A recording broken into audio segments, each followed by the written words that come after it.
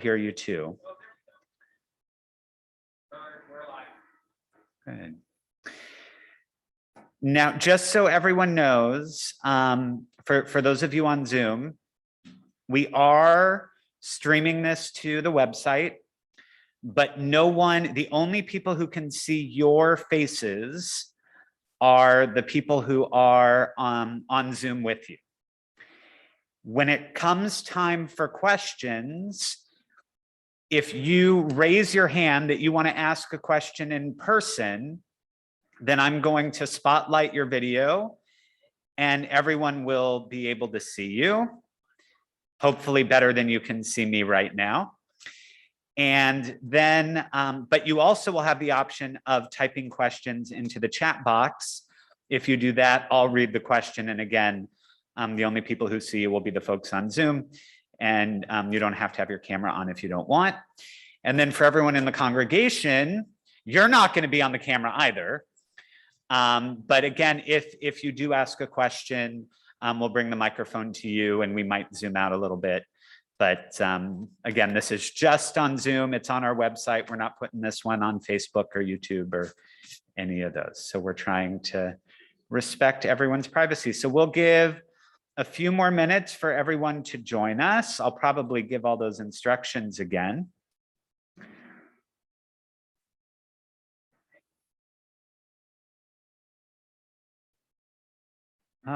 Why does that keep happening, Rabbi? Did it end up for full camera? It did. Oh, no. Let's see. So, oh. Yes. That is the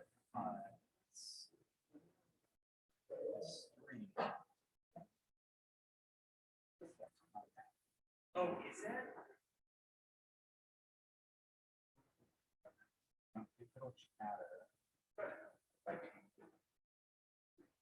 No, why is that?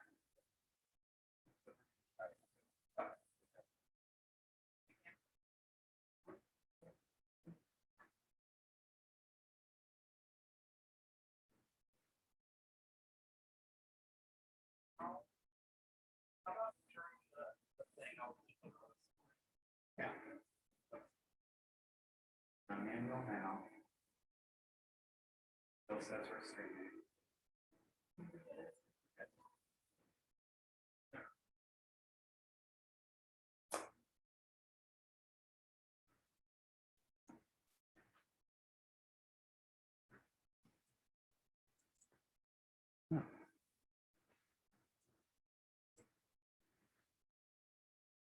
Mark, are there a flood of people coming into the parking lot looking for parking? I want to make sure. What happened is there's a huge traffic. No, there's a huge traffic jam out there. Yeah, that will be next, not this week, the following. In a hurry.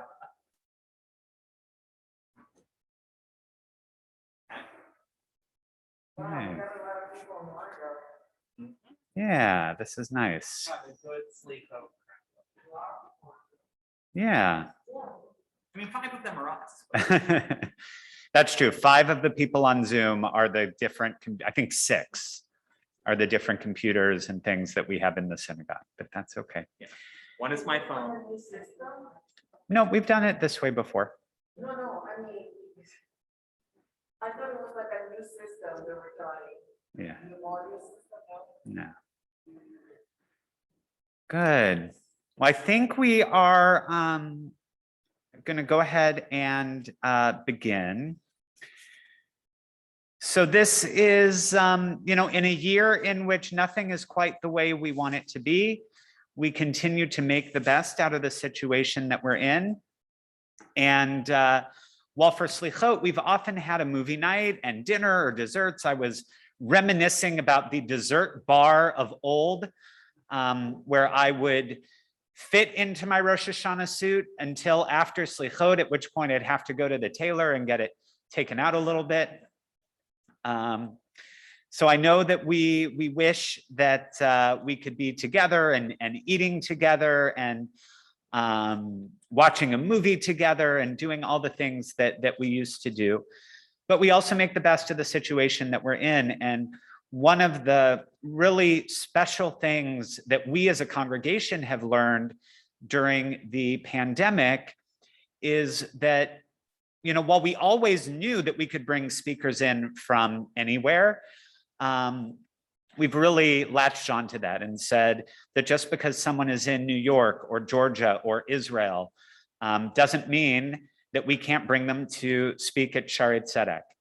And when I first read the story of Shannon Foley Martinez, I knew that she would be a wonderful, wonderful speaker for our Selichot service. And I'm not going to tell too much of her story as a bio, because I think her bio is an extremely important part of the presentation.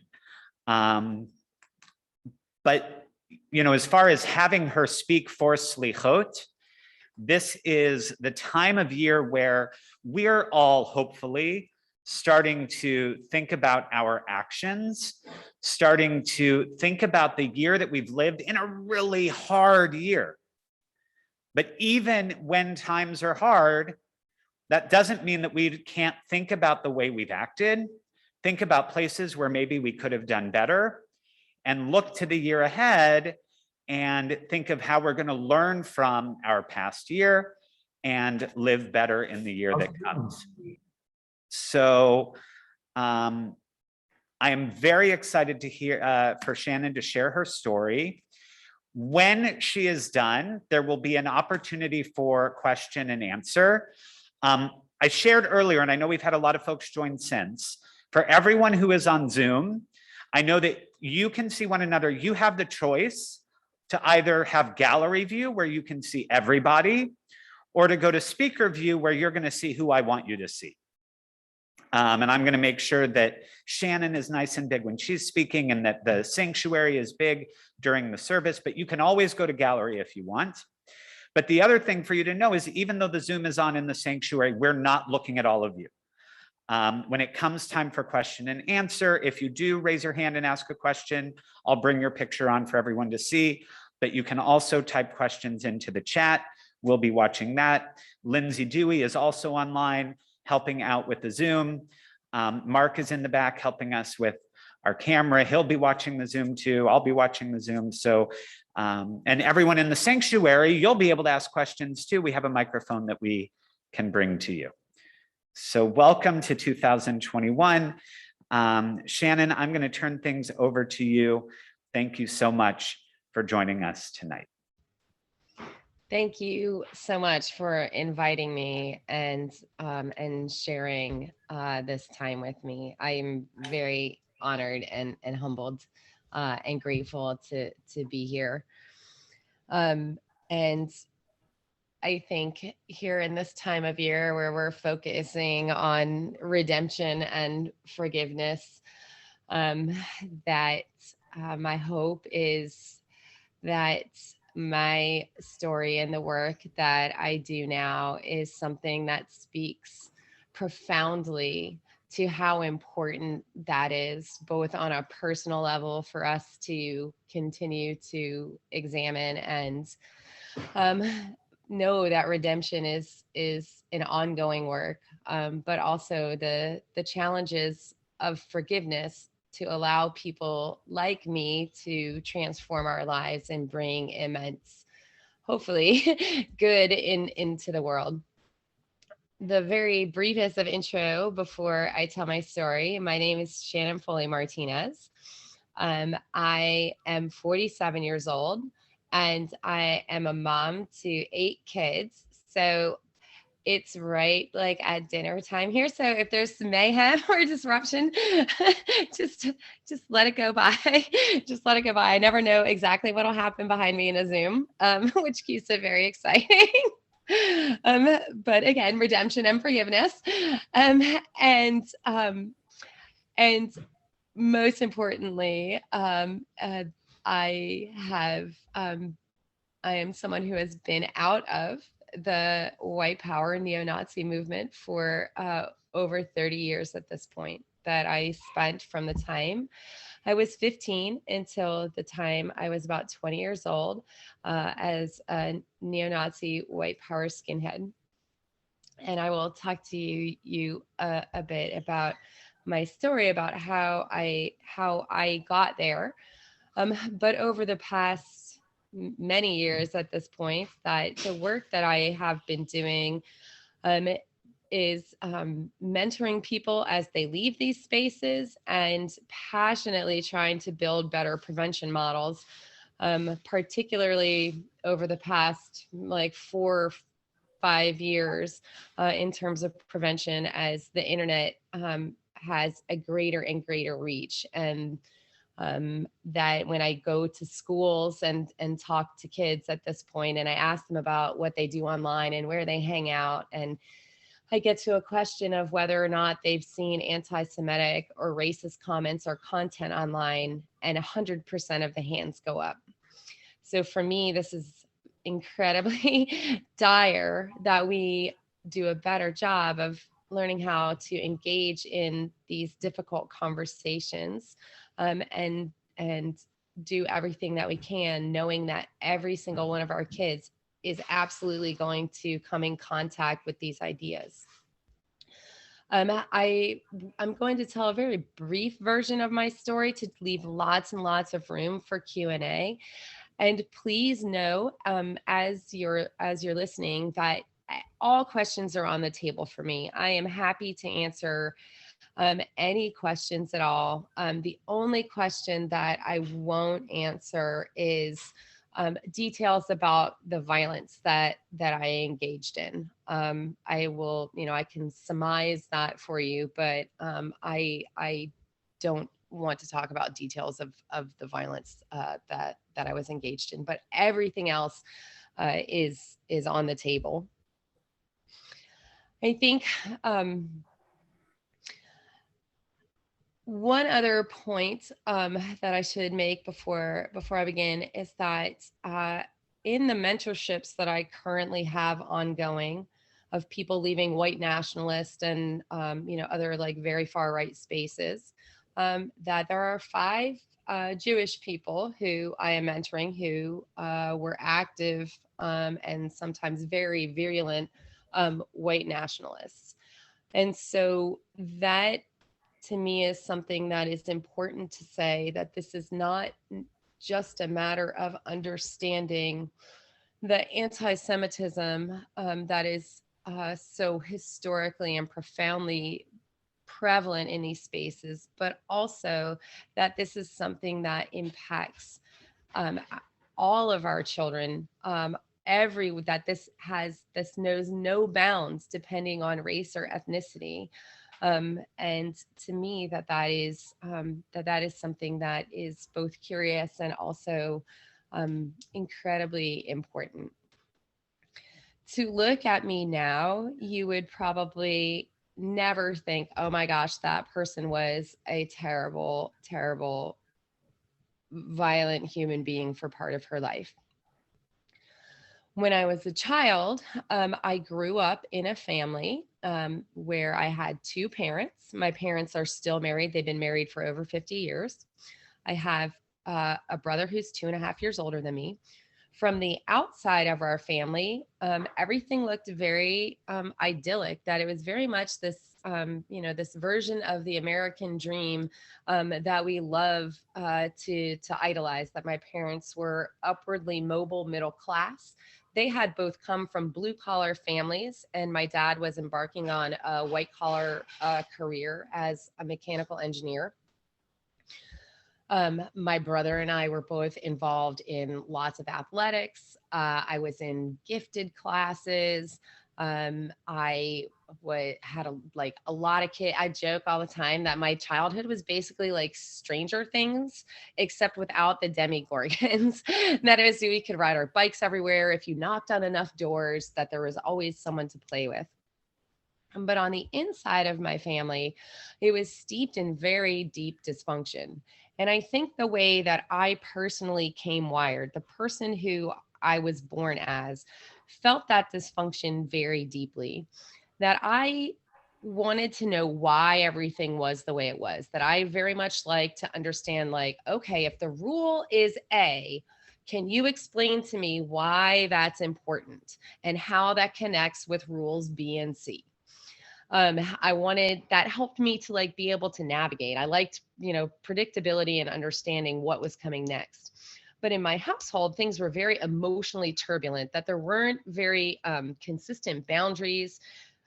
For example, something in my brother and I jumping down the stairs at 11 o'clock during the day, it would be fine. Nothing would be said. But at 7:45 at night, when the adults in the house were tired, that suddenly became a punishable offense. And for me, I had an incredibly difficult time understanding how to navigate and negotiate that. We also lived in a household where the adults disallowed the wide spectrum of emotion, that you could be happy but not raucous. You could be sad but not despondent. That any of the emotions outside of that very narrow spectrum of emotion that left the adults feeling disempowered or uneasy or unsure how to deal with them, that they were basically shut down, shamed, and blamed. That throughout much of my childhood, if I was sick or I was hurt, that my parents' first reaction would be to yell, because they were afraid and they felt disempowered. So, I was playing football outside with neighborhood kids and got hurt, and I came in crying, and they were, their first response was, how many times have we told you, like, not to play tackle football outside or whatever, rather than being like, oh my gosh, are you okay? Like, and then taking that teachable moment for later.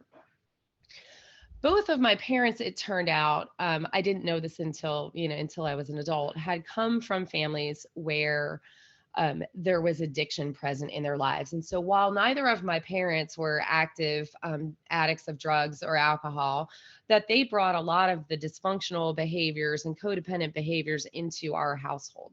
So for me, I ended up growing up, even though they took care of all of my material needs, they were active in my life. They, took me, I was a championship athlete in multiple sports, which I often think of when people often think of white supremacy, or they think of QAnon, or they think of extremism and things like that. It's very easy for us to dismiss that as people who are simply ignorant.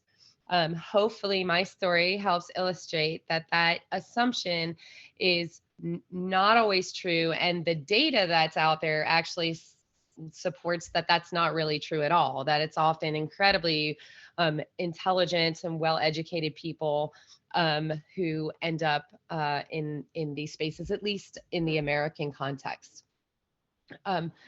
But so this was my childhood growing up. I lived just outside of Philadelphia in a New Jersey suburb. But I had sports and I had all these friends and I had all these other things that were going on for me until I turned 11 years old. And my dad came home from school and let us know that we were going to move from just outside of Philadelphia to rural southern Michigan, just north of Toledo, Ohio. I was devastated by that move.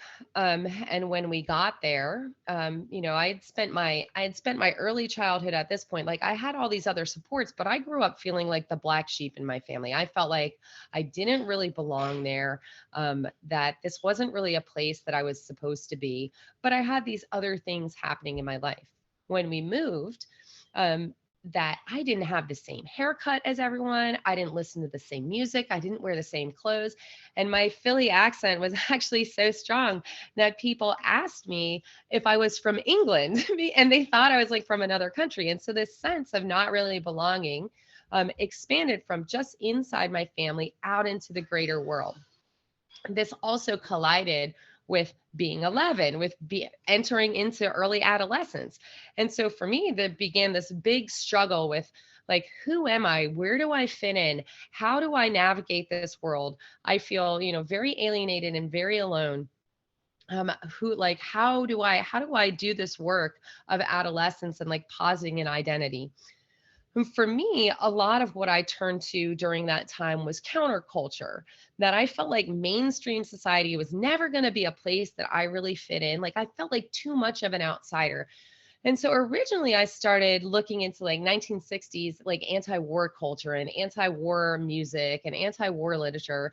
And over time that would morph through like skateboarding and then into like punk rock music and the punk rock scene where, you know, it was like a whole bunch of people who felt like misfits all decided like we would just create a space where we could all just be like misfits together or whatever. When it came time for me to go to high school, I had a choice whether to continue on and going to public school in Michigan where we lived, or to go to the private high school across the border in Toledo, Ohio. And, you know, I mean, I was 13 years old and I still, you know, it's like for me, it's like I still want to try to make my parents proud. And you know, I still want to try to like do the things that I feel like, you know, like you're supposed to do as a kid and succeed and go to college and do all those things. And so I chose to go to this private high school.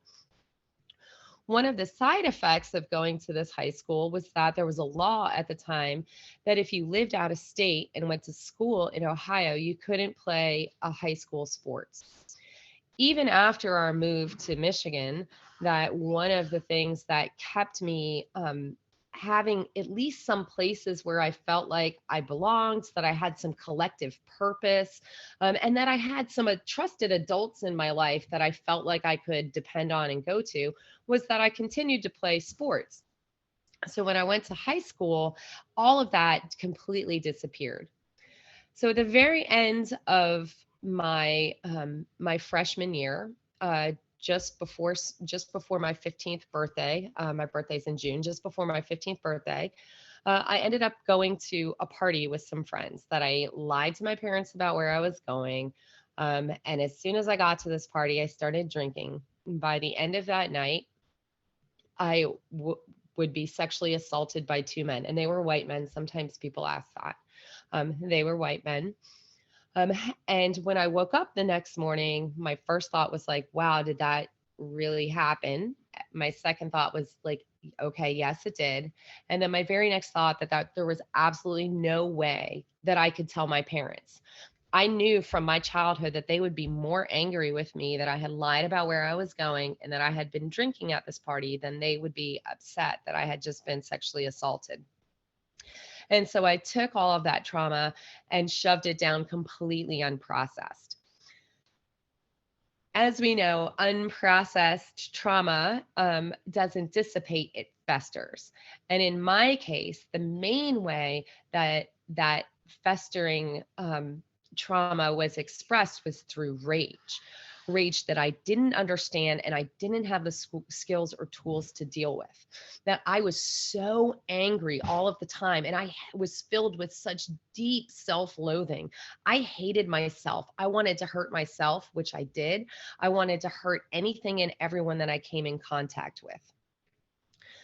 On the very periphery of the like punk rock scene where I hung out were the white power skinheads. And I think the rage within me really resonated with the rage that they displayed. And I found myself drawn to hanging out and spending more and more time with these people. It was a place that it was okay to be really angry, and not only okay, but it was considered an asset. It was a place where I didn't have to be any good to belong because I felt so personally worthless at that point.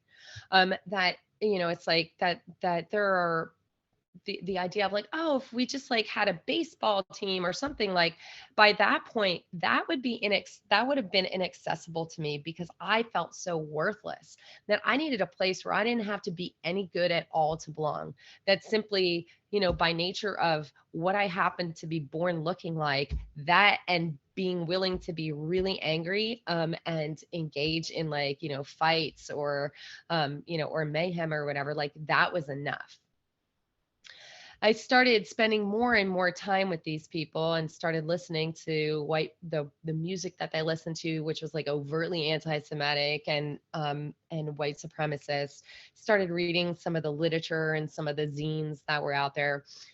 What I didn't realize at the time, and we know this from data too, that this is true even today, that I did not recognize that as all this was happening, that I was radicalizing into over like white supremacy and that and like violent extremism. I just thought I was like hanging out with people and I was just listening to music and reading books. But what effectively was happening is that I was building an echo chamber. And I was immersing myself further and further in this echo chamber where now these ideas were pretty much all I was engaging in all day, every day. And any experience that I had that might be challenging to that worldview was completely normalized inside that echo chamber. So if I watched, I don't know, if I watched an episode of Little House on the Prairie and I went to go talk to the people I was hanging out with about it, that we would have talked about that completely through the lens of the echo chamber. And I had no awareness that this was happening. During that early part of that trajectory, as I was radicalizing, I was actually president of my student class. So again, this challenge to who we think is at risk and who we think is in danger of radicalizing to some of this stuff, that I was president of my class, of my student class, as I was radicalizing into violent extremism. Over the next 5 years, I would spend time all over the country with different cells of white supremacists that I would be dating someone and they would move and I would move across country with them. We would engage in, flyering and graffitiing and overt acts of violence towards people, destruction of property, that I have thought a lot like that. Basically what I was kind of like a living meme, that I would go into spaces or places and people would feel intimidated and frightened by me. And for someone who felt so disconnected from empowerment and felt like I had no agency in my life whatsoever, that sense of making people afraid of me or being offended by me was incredibly seductive and alluring to me, that it felt the closest I could potentially get to power. One of the things that since I have left that I've come to understand more about this time too is that I not only had this unprocessed trauma of this sexual assault that I endured, but I had complex trauma from growing up, that there was trauma, multitudinous layers of trauma. There's something called adverse childhood experiences that looks at this as well, where there are like layers of trauma that happen to people. And those layers, as they add up, are attached to all kinds of less than optimal outcomes. Everything from poor physical health to a greater chance to engaging in addictions, to a greater chance to being involved in intimate partner violence, whether as a perpetrator or as a victim. And so I have all of these layers of trauma that have stacked up in my life that are not recognized. If you asked me if I was traumatized, I would have categorically denied it because I didn't recognize what happened to me as trauma. And I didn't have any trusted adults at this point in my life to like help me process this. And so one of the things that happens is that when there's unprocessed trauma and when there's this toxicity and this toxic response to trauma that's unprocessed, is that your brain works to try to keep you alive, that it goes into survival mode and it goes into overtime threat detection mode. That I was interpreting the world as a dangerous and threatening place all of the time, that I felt afraid and under threat all of the time. It became very easy for me to latch on to this easily proffered explanation for why I felt afraid and under threat all the time, that there was a very prescriptive and dogmatic view of like, who was the threat? Who are the others that are making the world this dangerous place for me? And, it was by blaming the people that I don't know or whatever for my problems, that gave me a way to like externalize some of this, but also made it easier for my brain to navigate through the world. That because now I had very easily identifiable threats to scapegoat on, you know, my fears of living in the world, that it became much easier for me to like navigate through my life. I didn't realize at the time, obviously, as a kid, like that was part of like what trauma does to brains.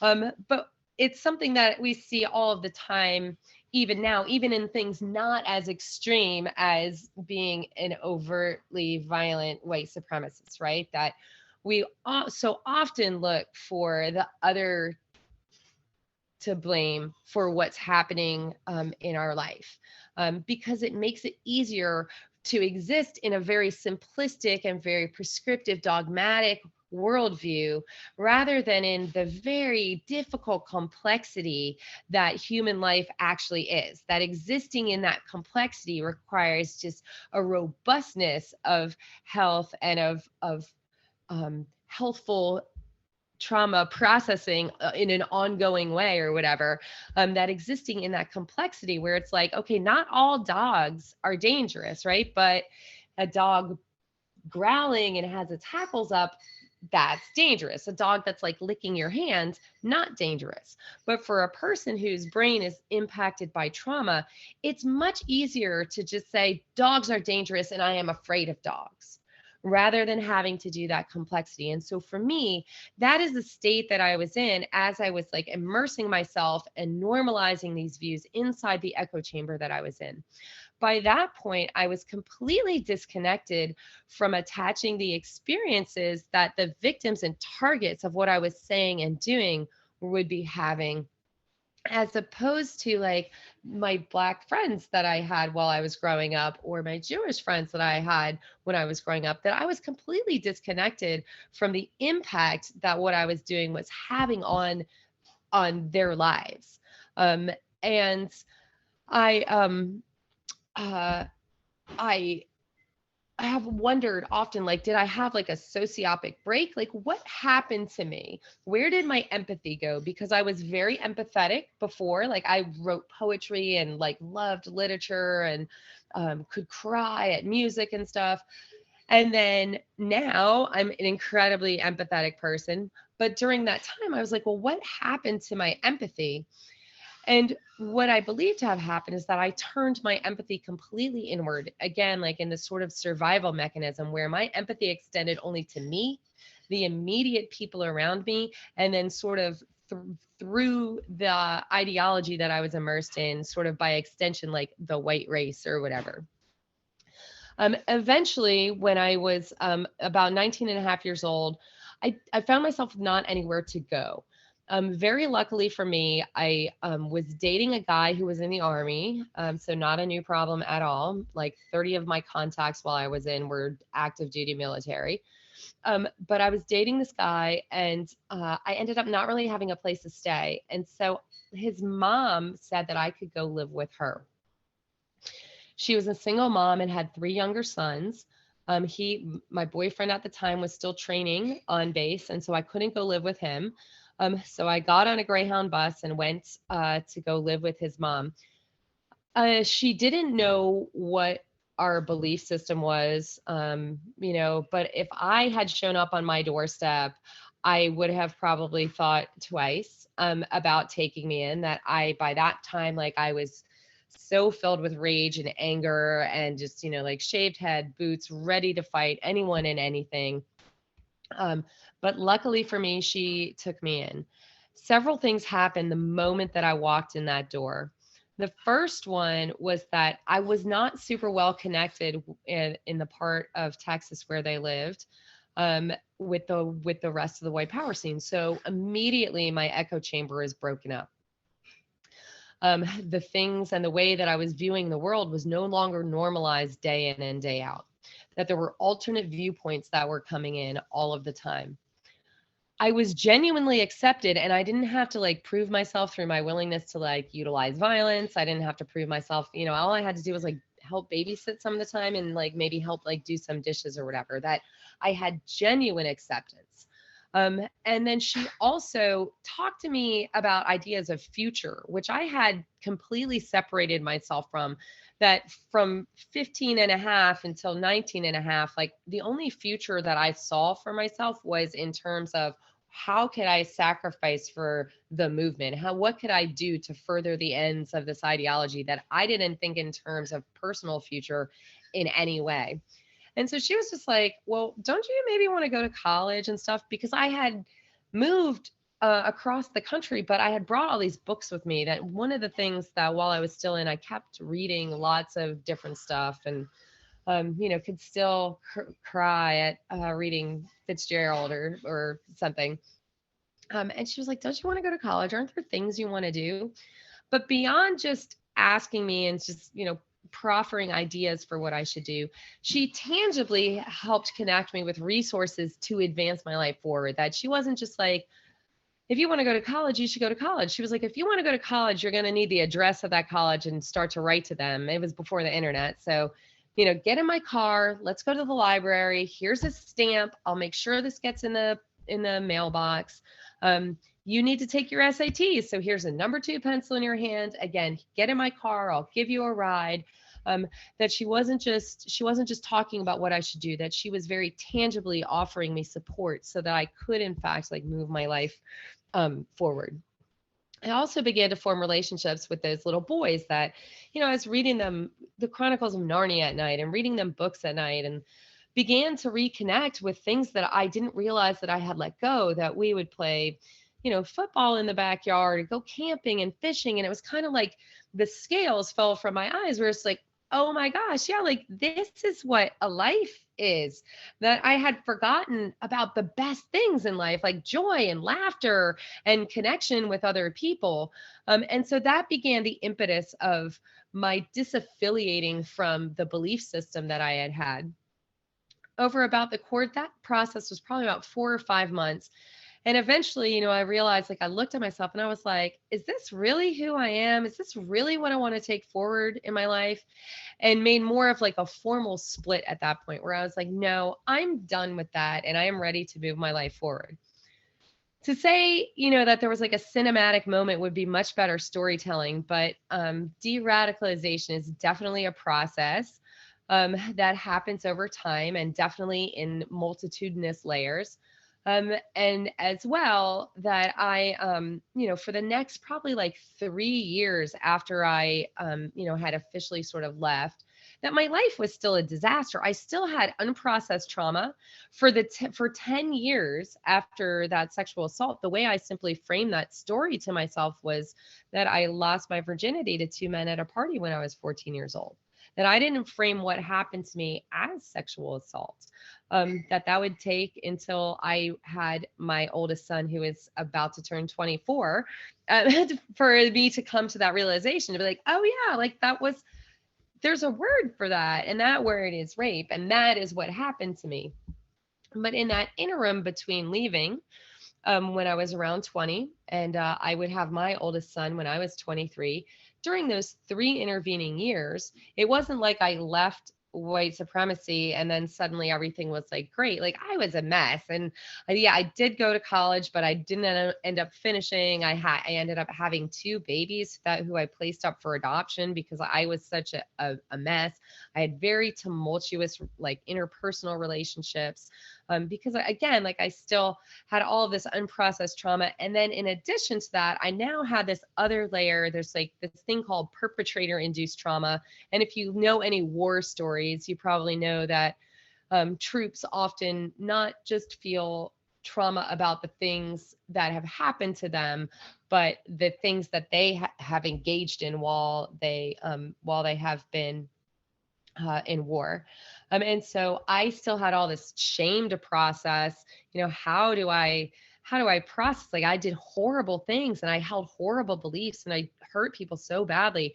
And I needed to live in that liminal space so that I could process that shame and the guilt that I felt.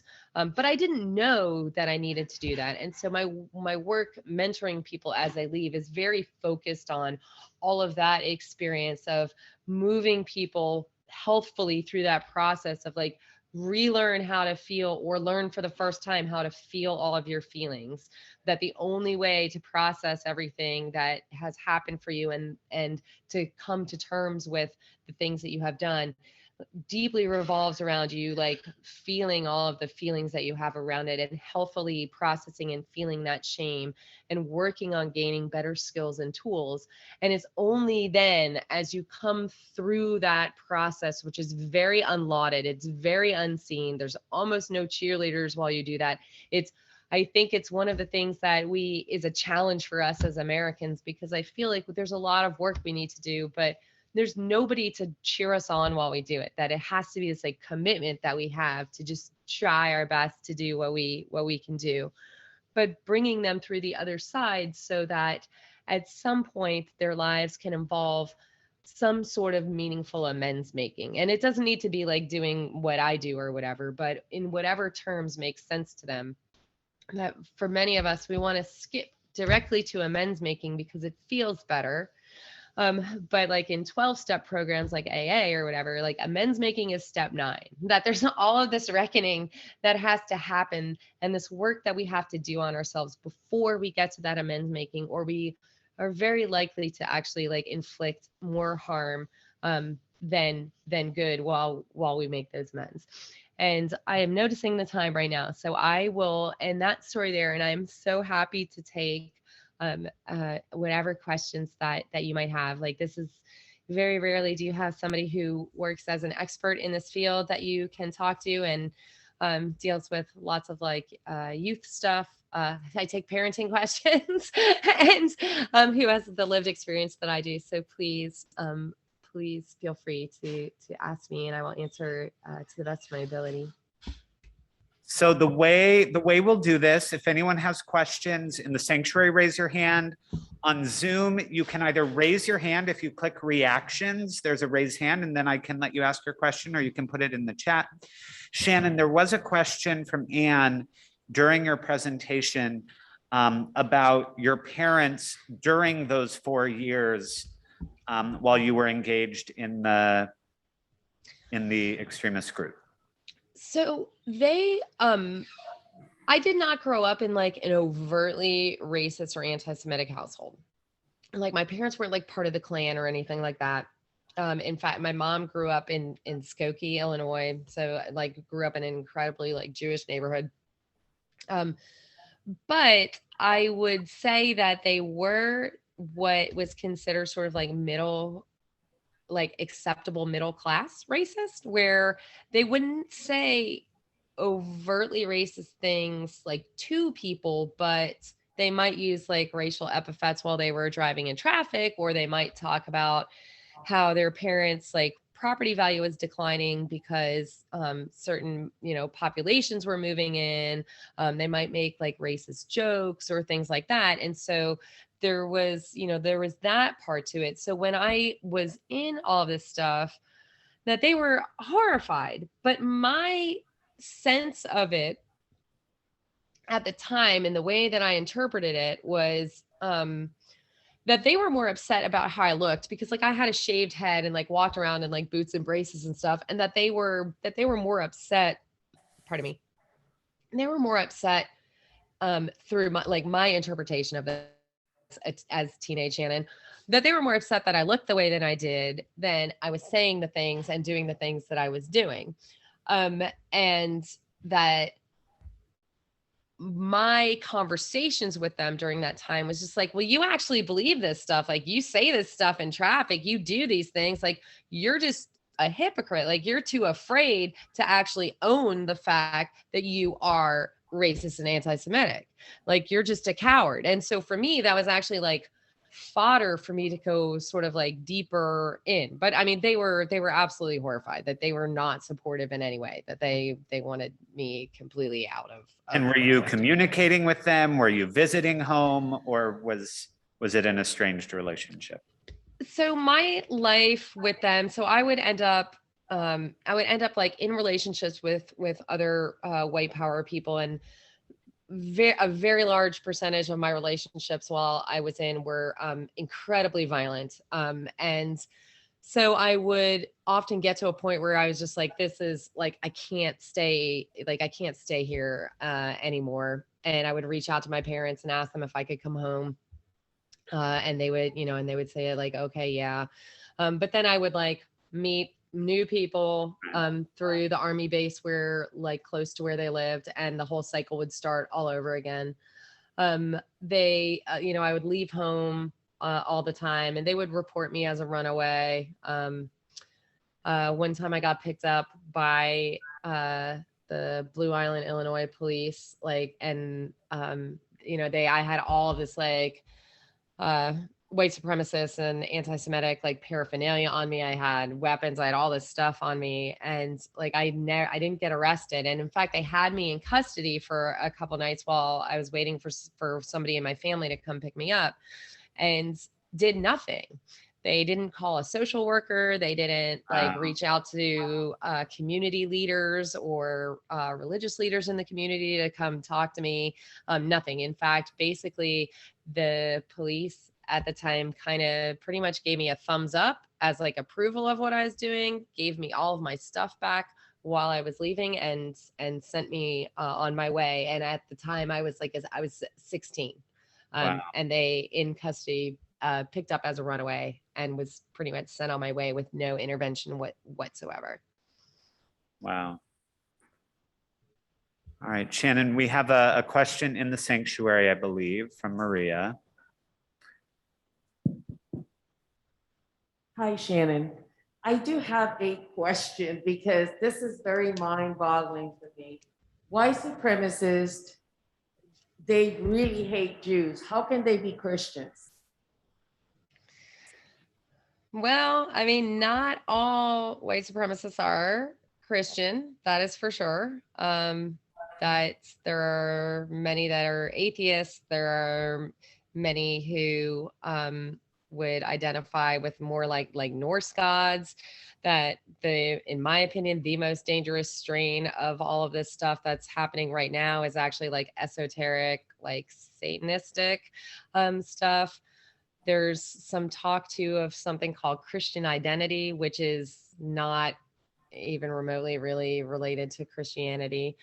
But for those who do identify as Christian, I mean, there is, I mean, one of the very, like core places where anti-Semitism comes from the Christian church, who decided, that the Jews were responsible for killing Jesus. And so they twist scripture to utilize to help, hold up why they think this, why they are utilizing the Jewish people as, as the reason that they don't have what they ought to have, why, they feel like what is owed to them isn't coming to them, or why they feel, like everything, the successes that they ought to have aren't coming to them, or whatever. But I mean, I think that there's a deep history of anti-Semitism within Christianity. My hope too is, I don't know, that's a very complicated question, because our relationship in America with Christianity is very entangled, and is often something that looks very, very far away from Christian ideals of like love thy neighbor, right? Love thy neighbor as thyself, and things like that. Thank you. So Shannon, I know you wanted to take questions. Since I'm not seeing a ton of them right now, and again, I want to thank you for sharing your story. I know you do it a lot, but I'm also sure that it's still not an easy thing to do, and we're grateful for your willingness to do that with us. Can you tell us a little bit about the time between the time where you ended your story and now, and the work that you've done with helping youth in a similar situation, and how your experience helps you to help others? Um, when I had my son, my oldest son, I was 23 years old. And when I had him, I knew only like I knew I didn't want to parent him the way that I had been parented. And I knew that I never wanted my kids to grow up and be like me. I never wanted them to look to hate or violence as a viable expression of anything happening in their lives. And so that began this journey for me of like, okay, well, are there ways to raise children where they don't feel shamed and blamed for the things they do wrong, where discipline means loving guidance and not something punitive, like they're not being punished for not knowing or not being able to do better, like how, like, is there a different way? And so for me, like my journey into in purposefully like anti-racist parenting began from the very beginning, because that was my intention going into this, was like, I don't want them to ever embrace the things that I had embraced. And so that obviously, like, he's about to be 24, so that's been the past 24 years of my life, is that, and again, like, I still always learning, always like, oh, I have more calibration to do. Oh, like, wow, that's a thing that I didn't know. Or, it's like, as new language filters into our culture and society about race, about sexuality, about ethnicity, again, like listening to people and adapting, my language and my behaviors according to what people in those communities are saying that they need from the rest of us. Because I had the past that I had, and I had two babies that I placed up for adoption before I had my oldest son, that I chose to be super open and super honest about my life.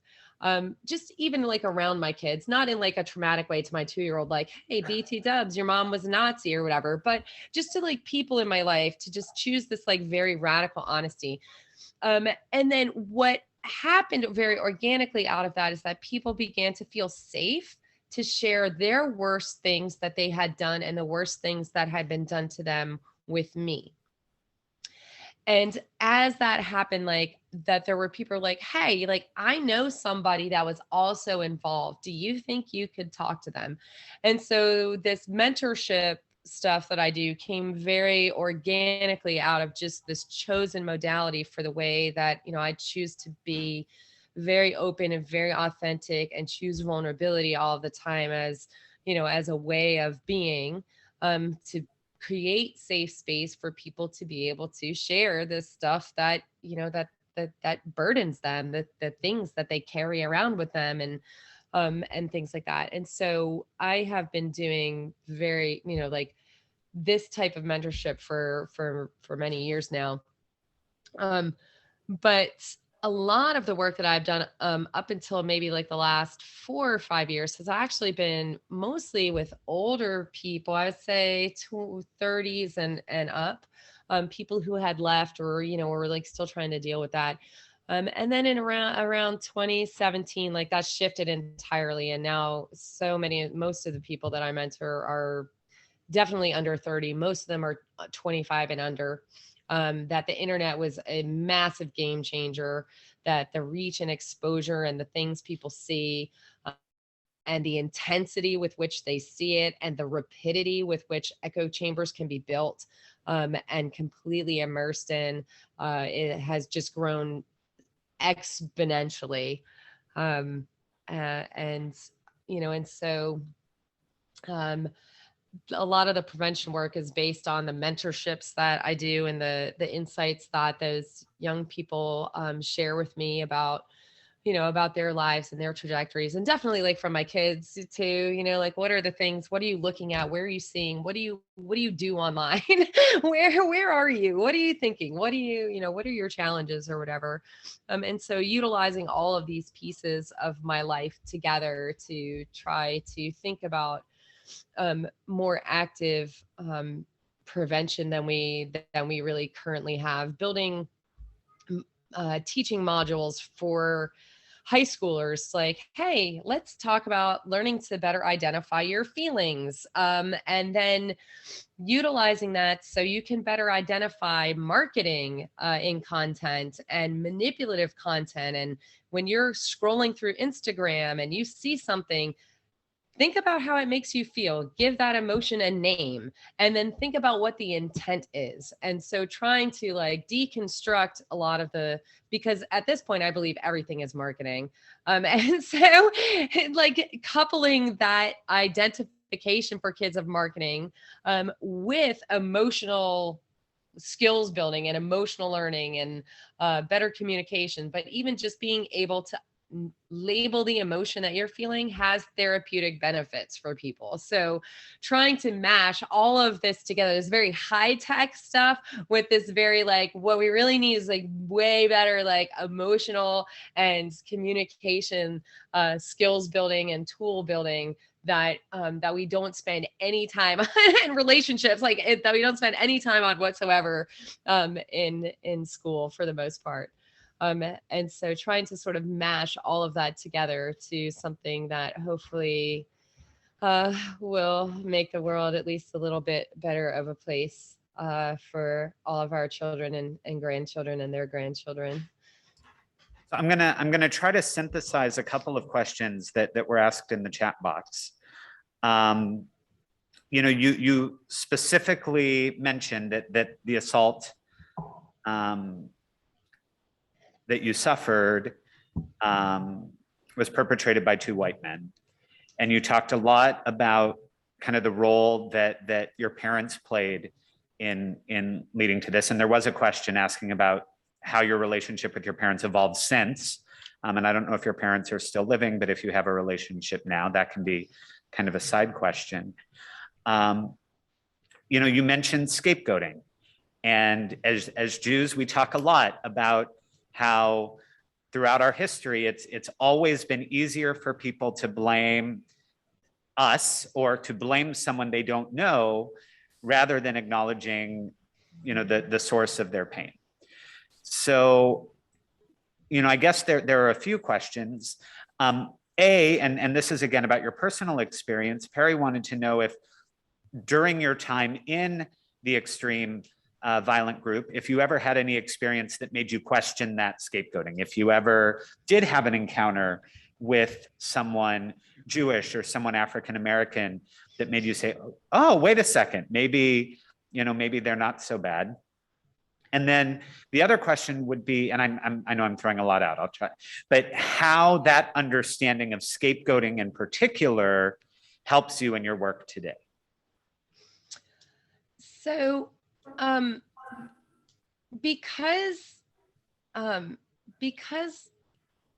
this all is the way that it is, that I don't remember having any experiences while I was in that made me think like, oh no, like this isn't like I was so disconnected from that while I was in. But like the first white power, like neo-Nazi skinhead crew that I rolled with, one of the skinheads was a big black guy named Carlos.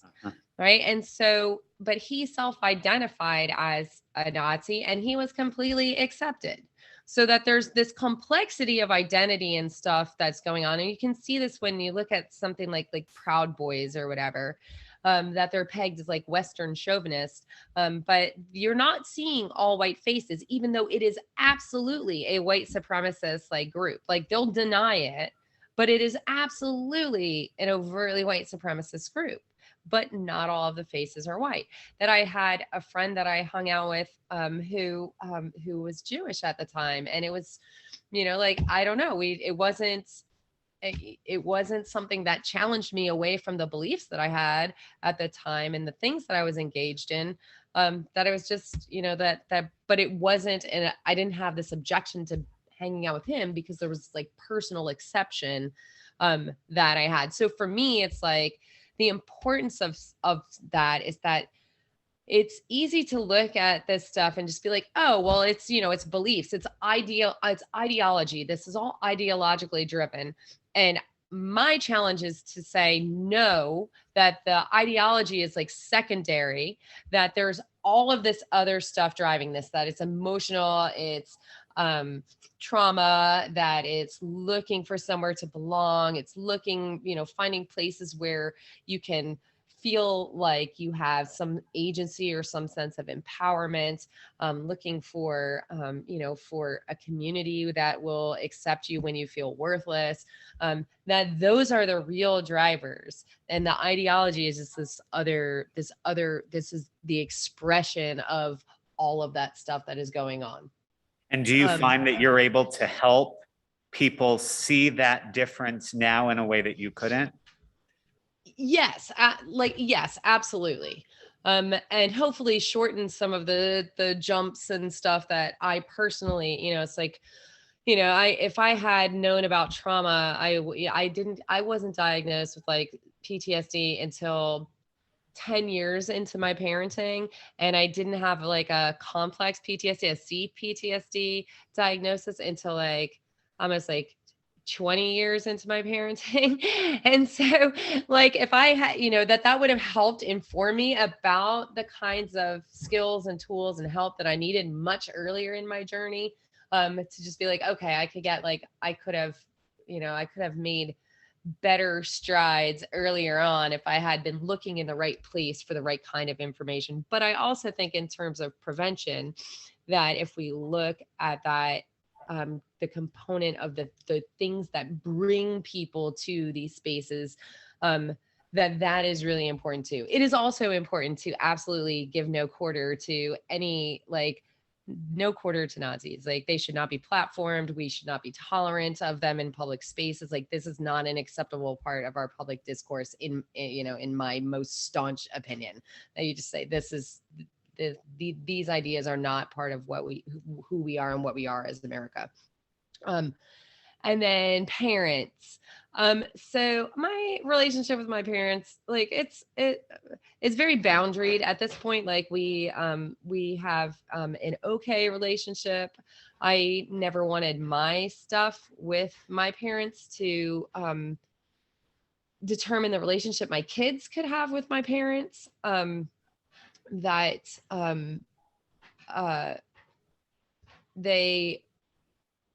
So at this point, like we have at least a working relationship and can spend time together so that my kids can have a good and robust relationship with their grandparents. For me, that it was, I have apologized multitudinous times for everything that I have done, but they are not to a point where they we're able to say, hey, like we did everything we needed to do and we're sorry. Like we didn't, it clearly wasn't what you needed or whatever.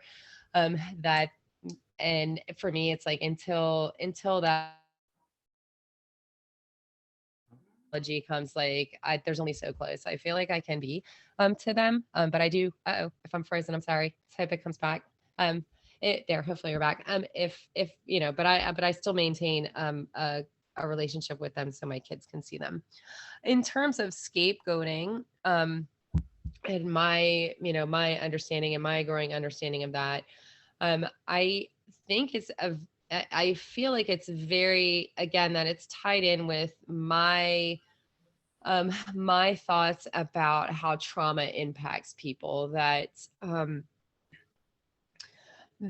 if you see someone who it has everything that you don't have, that they have a sense of connection to something, meaningful connection to something greater than themselves. If you see that they have a deep sense of community, that you see that they have a sense of like worth and value and a strong identity that you don't have, that it becomes very easy to look at them and just want to be like, you're the reason that everything is wrong in my life. And I think that that is one of the cornerstones of why anti-Semitism is so rife and why Jews are blamed for the problems of people throughout millennia and throughout many different cultures. That many Jews have exactly the things that the people who are blaming them for their fears and their failures and for why they don't feel like they're thriving, that Jews have all of that stuff. And so it becomes very easy to just be like, well, you're the reason that I don't, like, you have everything that I need. And so you're the reason that I don't have what I need. But I think also I think it's also a very human behavior to not anti-Semitism, very human behavior to look for someone to blame when we feel like out of control or we feel like not in control of it. Like most of us have had the experience of, of driving in a car behind, I don't know, a Georgia driver or whatever, and just be like, oh my gosh, I got cut off. Those Georgia drivers are the worst or whatever, which is absolutely a case of othering, right? Like clearly not every like Georgia driver is the worst, or, it's like in terms of like sports teams or things like that, where it's like, oh, those Eagles fans, they're all the worst or whatever. That we do a lot of that. And Eagles fans really are the worst. So you're talking to a Jersey girl. I don't know. But that we have a tendency to do that. And it's like, if we feel like things are out of our control, that we have a very human tendency to look to a group of others to place that on. And obviously some of those are much more harmful and much more historically rooted than others, and I'm talking about Eagles fans, of course. but I think that part is something that is very, but for me, in terms of like when I'm working, like mentoring people and when, talking to kids, is like talking about them to how we create groups of others and why we do that. But, like, how do we identify like, hey, I feel really powerless. I feel like I don't have control over my own life. I feel like I am very separated from the experience that I would call thriving, giving them skills and tools to be able to identify that, rather than placing blame on someone else for why they're feeling these emotions having these experiences that they can't identify easily and that they don't understand. So we are a little over time, and I want to respect your time, and I also want to get to our service. But Rabbi Weiss asked if he could ask one more question, and how can please. I say no to Hi. Rabbi Weiss? Hi, Shannon. Rabbi Weiss here. And I have a question that Harry also asked in the Zoom chat. It seems like the kind of radicalization that's happening on social media and the internet isn't really going anywhere, right? It's going to be a part of the future that we live in, potentially. If we see people that we know, people that we care about, starting down this road towards radicalization, what are things we can do to help them? What can we offer them? Okay, so this is a question that doesn't have answers that people super duper like, because it requires some work for us. That number one, you can address it head on and just be like, hey, I see this change in your behavior. Can you tell me what's up with that? Like, I've noticed that you're different now and you're posting about this stuff. And can we talk about that? Because, I'd like to know what's happening for you, because this is really different. I would refrain from judgment, and talk and address it initially as a query. Can you tell me more about what's happening for you?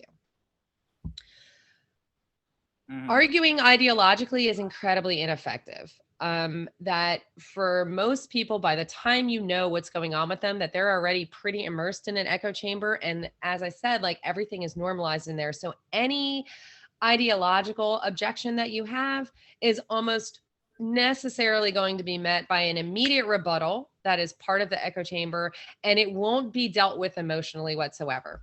That they will just blow you off. And then you become sort of like the enemy or whatever, like you're no longer a trusted source.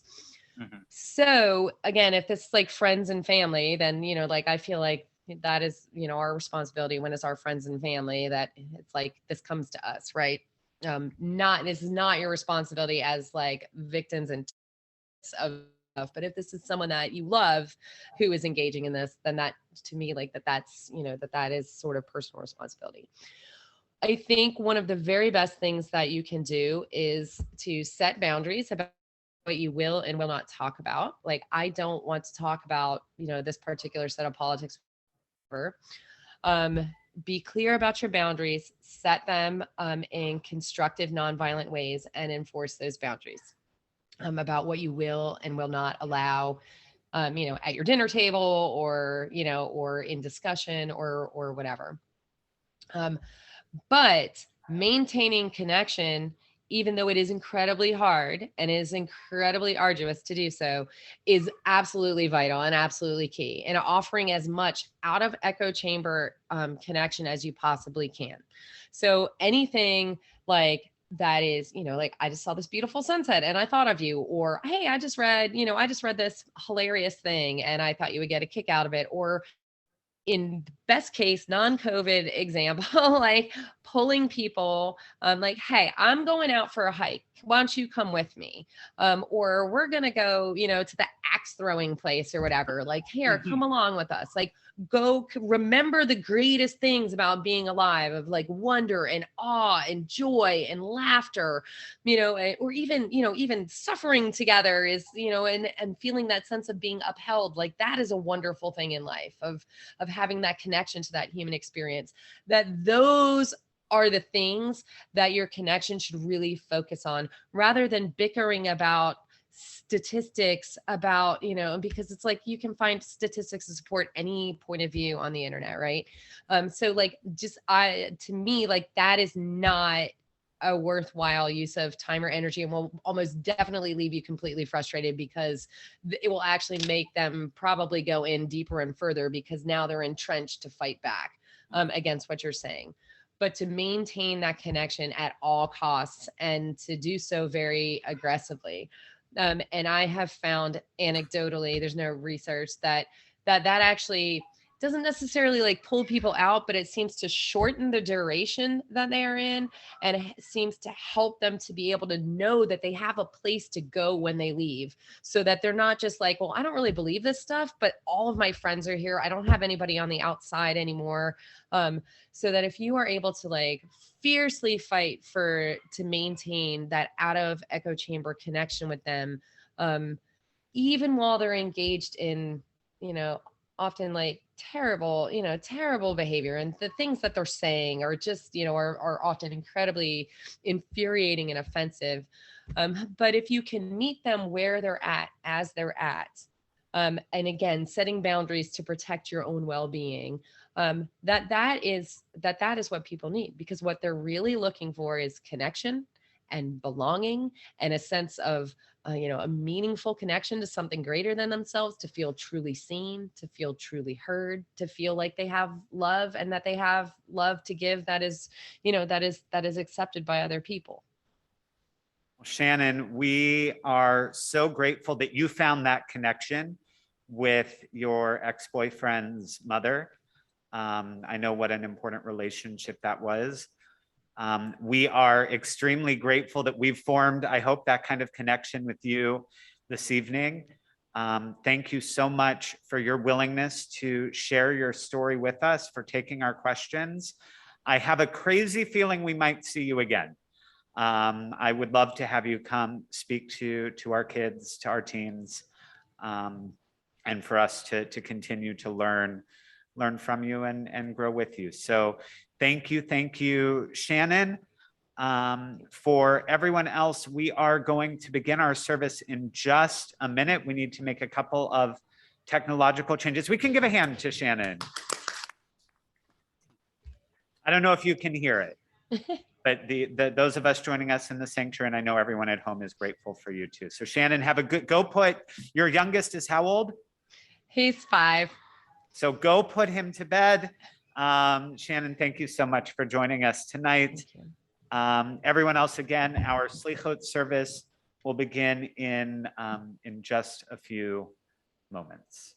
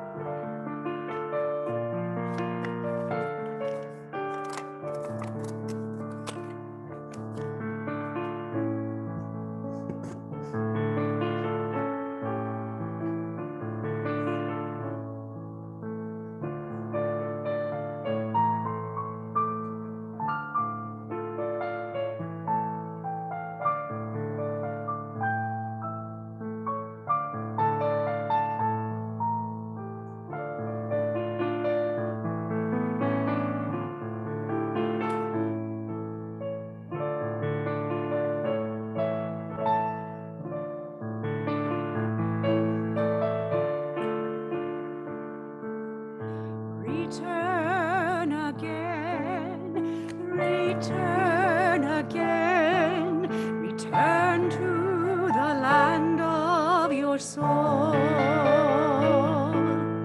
Return again, return again, return to the land of your soul. Return to return to what you are, return to where you are born and reborn, and return to who you are, return to what you are, return to where you are born and reborn and reborn.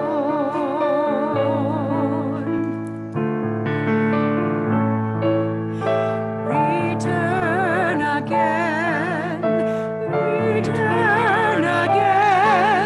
return to the land of your soul. Return again, return to the land of your soul.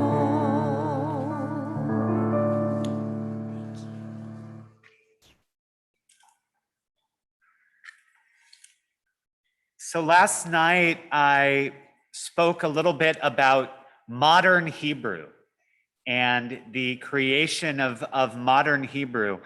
And in Israel, the word slicha, which means excuse me, it's not a word you hear often. No, that was a joke, but and it is true. So slicha means excuse me or I'm sorry.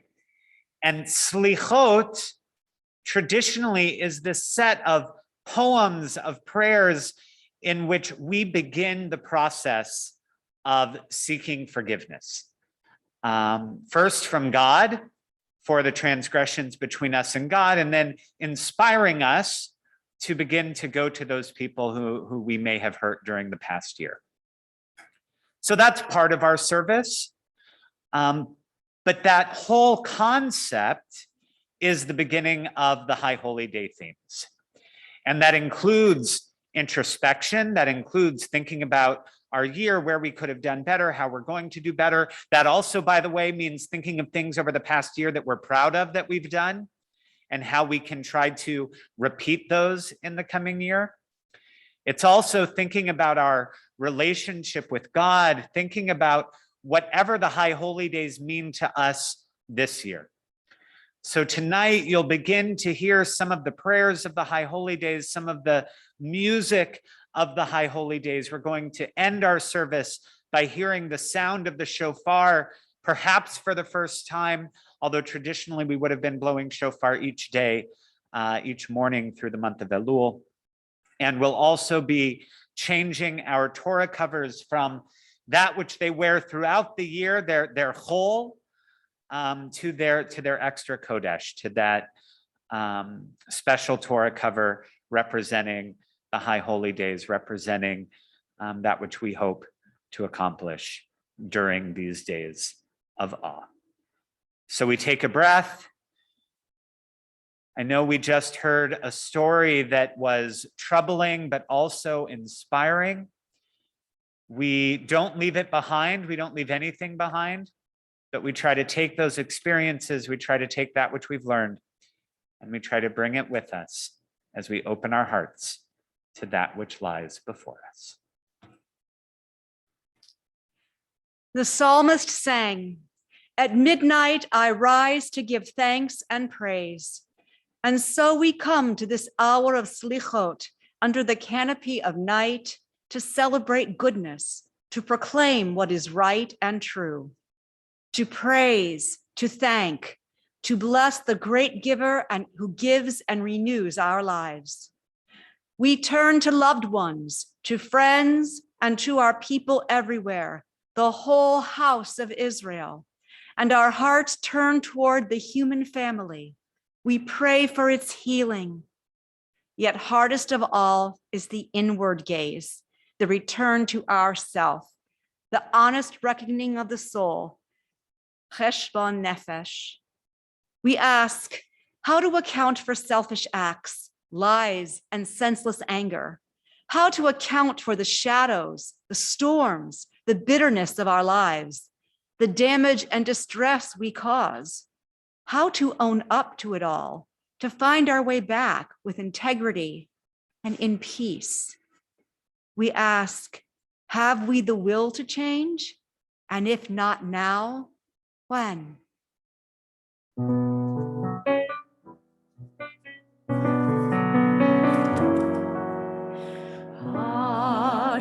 Hashivenu, Hashivenu, Adonai Elecha, Venashuva,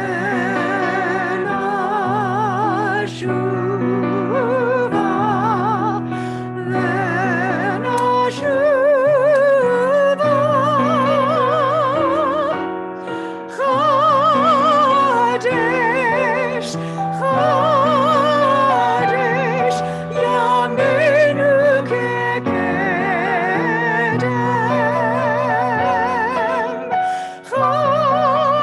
Chodesh, Chodesh, Yameinu kekedem.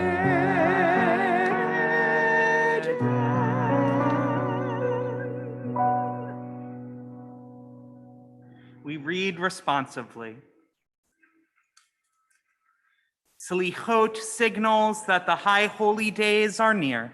Let us approach it with the solemnity and awe born of knowing the great challenge to separate ourselves from our sins. Thus may we start the new year afresh. In this spirit of separation, we end this week's Shabbat with a ritual of Havdalah. Havdalah means separate yourself from the ordinary, strive for holiness. Havdalah means separate yourself from fraud and exploitation, be fair and honest with all people. Havdalah means separate yourself from indifference to the poor and deprived, the sick and the aged. Work to ease their despair and loneliness. Havdalah means separate yourself from hatred and violence. Promote peace among people and nations. May God give us understanding to reject the unholy and to choose the way of holiness. May God, who separates the holy from the profane, inspire us to perform these acts of Havdalah. We now lift up the cup to rejoice in your saving power and call out your name in praise.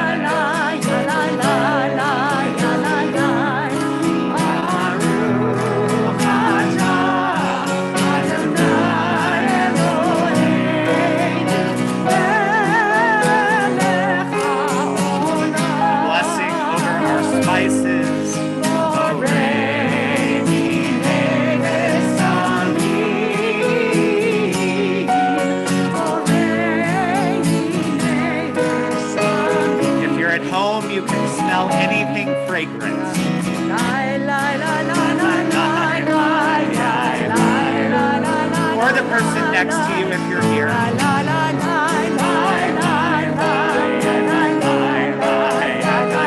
The blessing over the multi-wicked candle. Remember, the custom is that after we say the blessing, we should use the light. So many people like to hold up their hands, seeing the shadow between the holiness of Shabbat, the ordinariness of the week ahead, as we sing.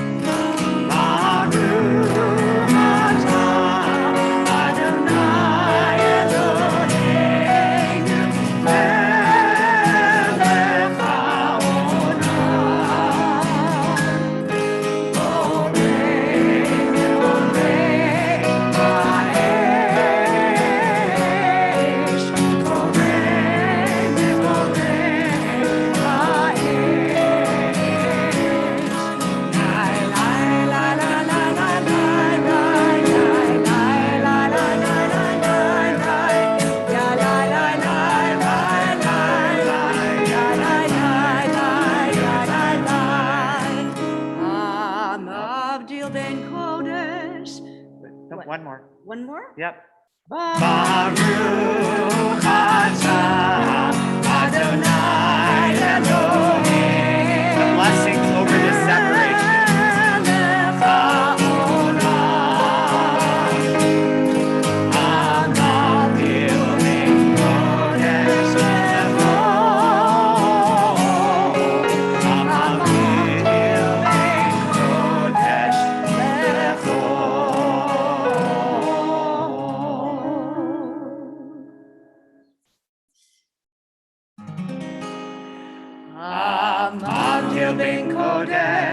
Ben Kodesh Lechol, Chatoteinu Yimchol, Zareinu Nechaspeinu Yarbeh Kachol, V'chakochavim Balayla. Shavua Tov, Shavua Tov, Shavua Tov, Shavua Tov, Shavua Tov. Shavuot, a good week, a week of peace. May gladness reign and joy increase. A good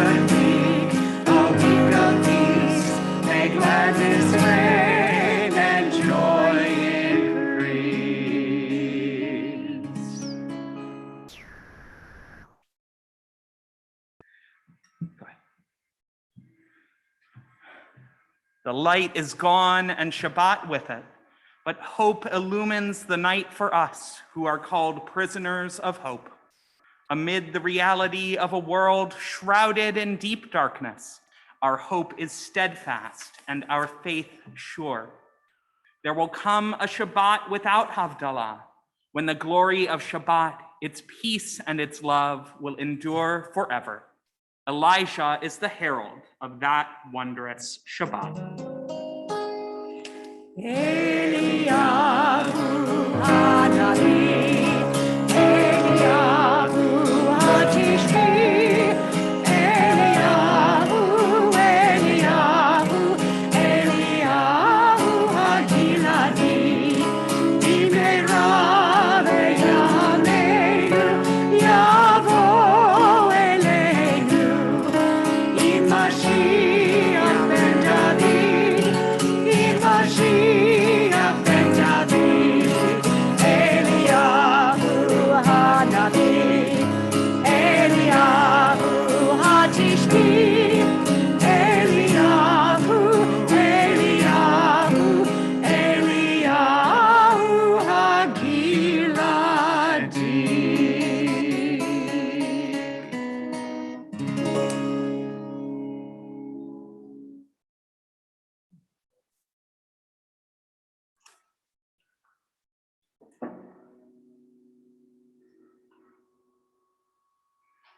This is the time of changing.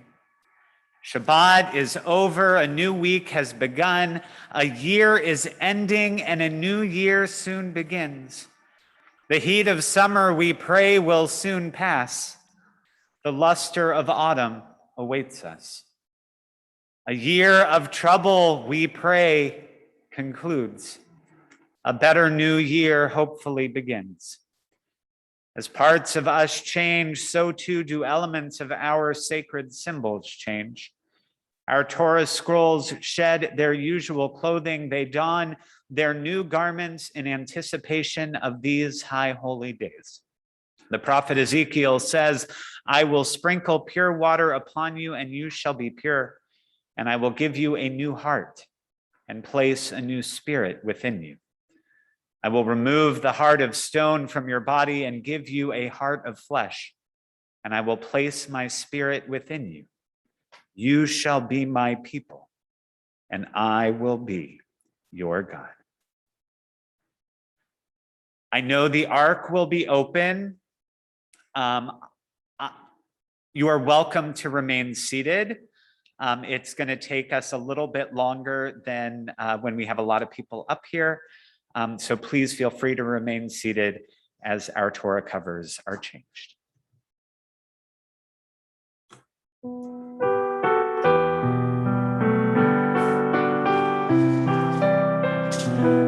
Ledor vador, ledor vador, ledor vador, navid god lecha, ulenetzach netzachim, ulenetzach netzachim, kedushatcha nagdish. Ledor vador, ledor vador, ledor vador, navid god lecha, ulenetzach netzachim, ulenetzach netzachim, kedushatcha nagdish, v'shivchacha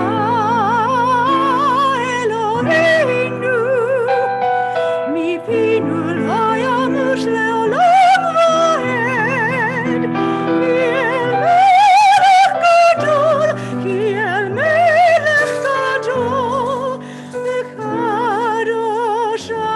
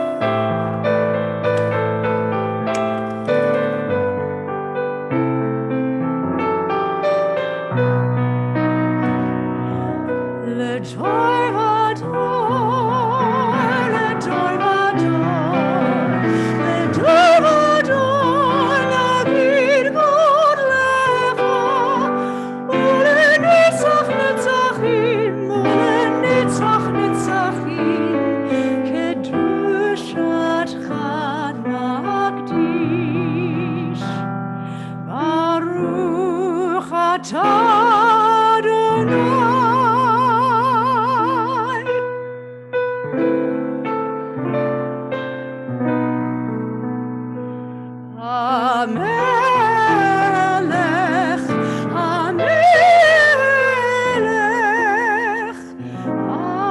הקדוש.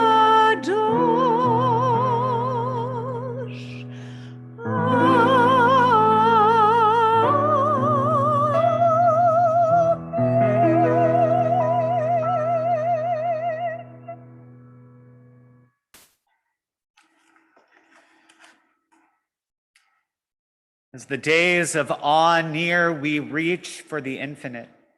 Mindful of our frailty, we seek the holy. Despite our mortality, we carry within us the Ancient of Days.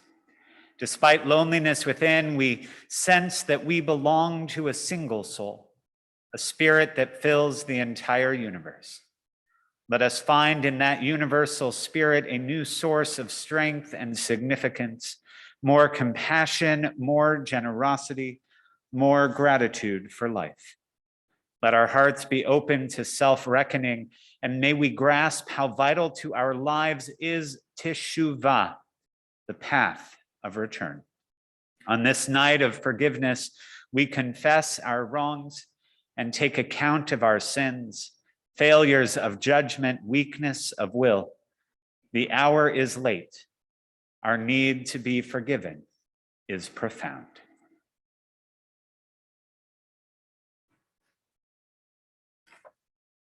We read responsively.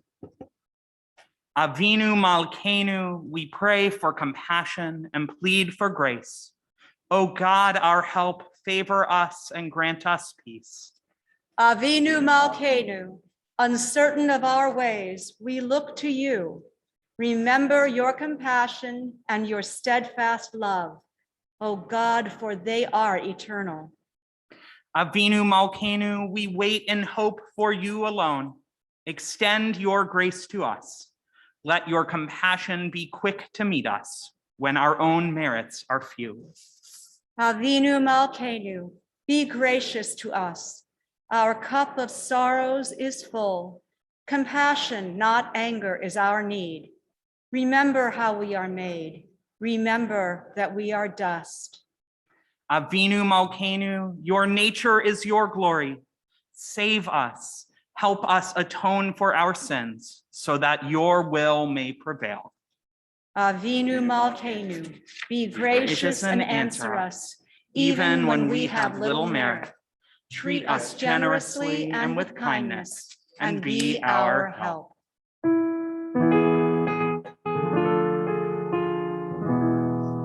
Please rise. Avinu Malkeinu, Avinu Malkeinu, Avinu Malkeinu, Chonenu v'anenu, ki eimanu ma'asim,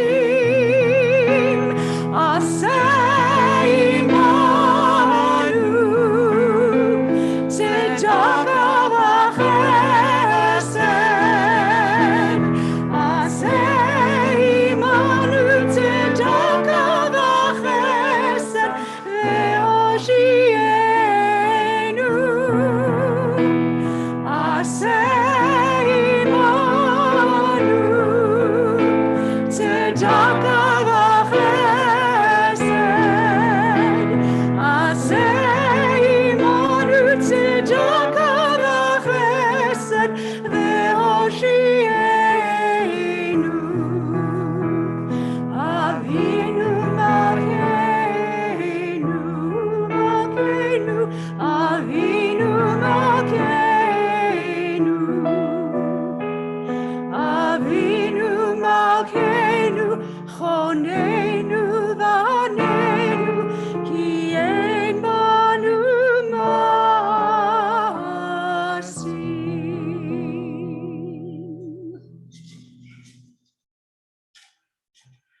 Hear, O Israel, hear now the heartbeat of Israel in the quiet space between a year that is ending and a year that begins. We read responsively. Hear the call of hope and joy. And hear the call of repentance and renewal. Hear the call to create and embrace. Hear the call to restore and to heal. Hear the call to atone and perfect. To search the soul and account for every deed. Hear the call to wrestle with sins and flaws. To fight injustice and serve the suffering. Hear the call to gather in the scattered sparks of divinity. And hear the call to seek the core of our humanity. Hear the call of compassion and forgiveness. Hear the call to return. To Torah, to our people, to the one who teaches love and patience, mercy and truth. Hear the commanding sound of Teshuvah. Hear the urgent call of the shofar. And in just a moment, you'll have the opportunity to hear the shofar blown. Now, you might be wondering, in this strange moment in our lives when we shouldn't be blasting that much of our breath out to a large room of people, how are we going to do that? Well, we are going to go outside to hear the sound of the shofar. And anyone who would like to join us out there can feel free to come out the door with us. If you are on Zoom, you will be able to follow us as we go. So that's a moment here.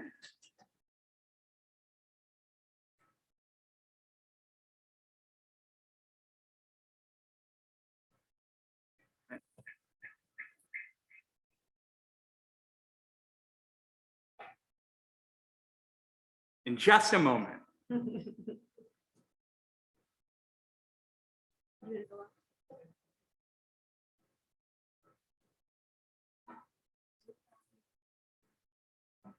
this way.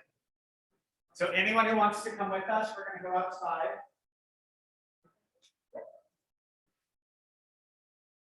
The shofar camp. There are a few steps.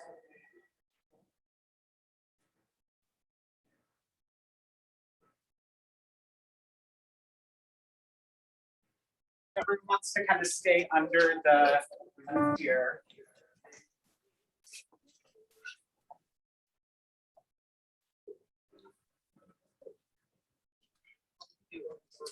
I'm going to stay behind the pillars there.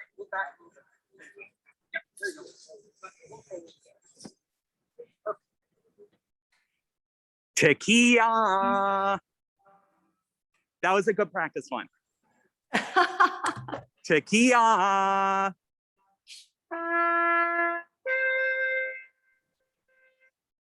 Shavarim teruah.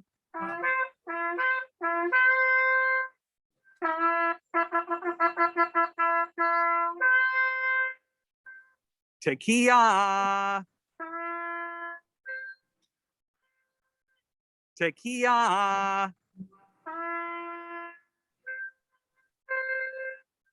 Shavarim.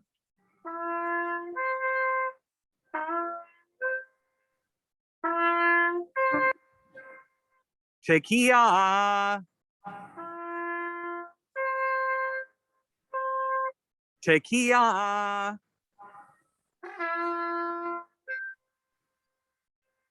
Teruah.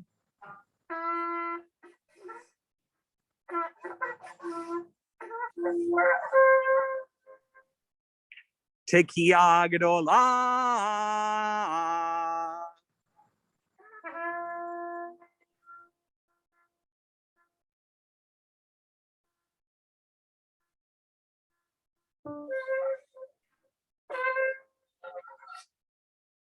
Asher Koah.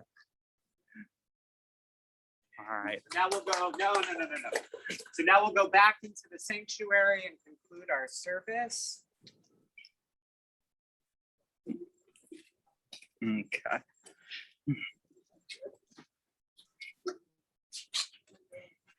Eli,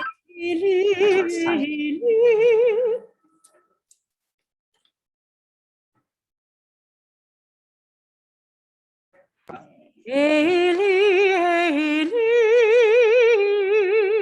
shelo yigamer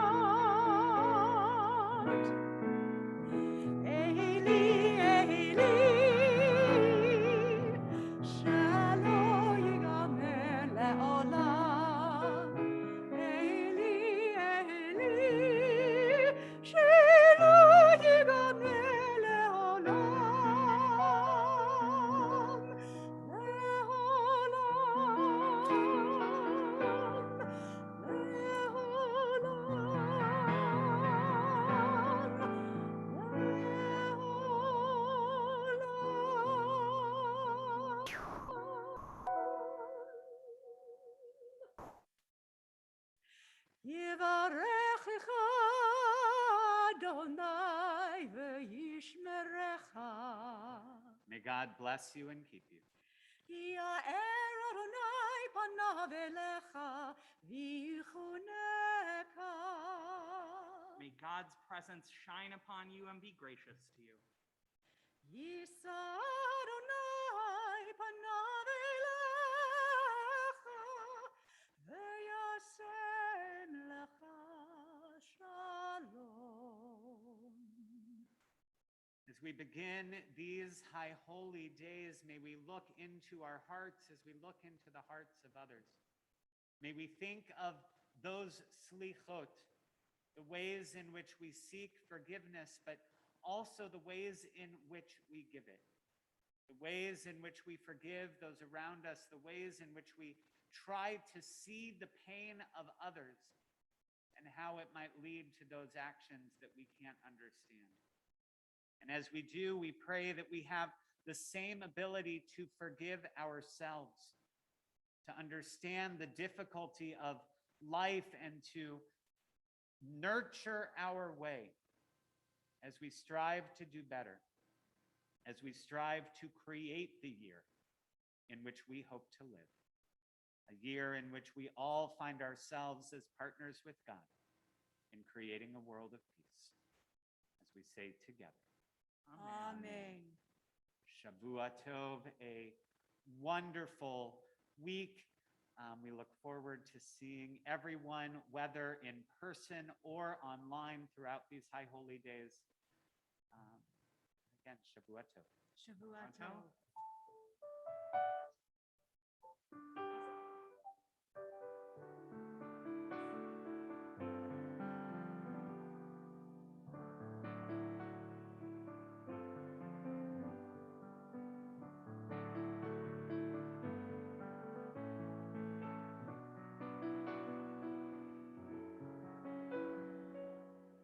So we're going to turn the sound of the Zoom off in the sanctuary, but if you guys want to visit on Zoom, I want to make sure you have that opportunity as we're visiting in the sanctuary as well. So we're going to keep the Zoom going. We're going to turn off the stream, and you're welcome to visit on Zoom if you'd like.